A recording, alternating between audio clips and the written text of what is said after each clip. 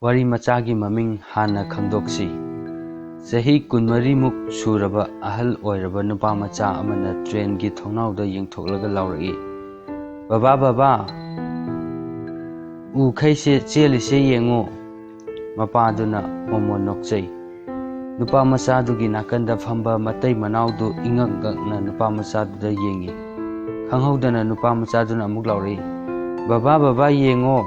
Ada lesil khaina khoida tanaraglise matai manaudo khangba ngamlaktre makhoi adugumba angang machana nganggadawbodu nupa machaduna nganglakpada makhoi taninglamde amasung sauninglamni makhoina nupa machadugi mapaduda hairai somna nachasibu doctor da karigi pubidribano mapaduna momon noklaga hairai ipa isa se hospital dagi hojikta halakpada ngairibane aigi ichasi pokpadagi mamit uraktrabani ngasi magi mamit uba ahanba numitni matai manaudu wa ngangde tumina laikre numittuda makhoi ani achauba para amatam